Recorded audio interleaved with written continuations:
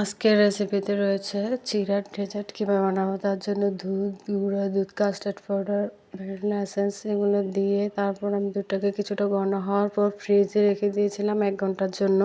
এখন আমি এই ডেকোরেশনের জন্য কলা, আঙ্গুর, কিশমিশ এগুলো নিয়েছি। তারপরে সর্বপ্রথম চিড়া ধুয়ে দিয়েছি। তারপরে ওই যে ফ্রিজে রাখা ঠান্ডা দুধ দিলাম।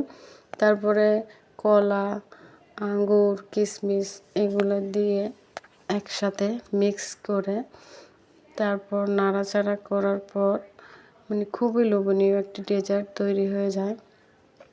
আমার কাছে খুবই ভালো লাগে। এভাবে ঠান্ডা ঠান্ডা ডেজার্ট কাউকে দিলেও সে খেয়ে ভীষণভাবে খুশি হয়। তো আপনারা চাইলে এভাবে ডেজার্ট তৈরি করতে পারেন। খুবই ভালো লাগে এভাবে ডেজার্টটা ঠান্ডা ঠান্ডা একটা কলিজাটা পুরো শীতল হয়ে যায়।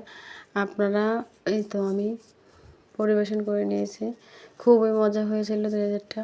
চাইলে আপনারা এভাবে বানিয়ে তারপরে খেতে পারেন। যদি আমার ভিডিওটা ভালো লেগে থাকে আমার চ্যানেলটা অবশ্যই সাবস্ক্রাইব করতে ভুলবেন না। আল্লাহ হাফেজ।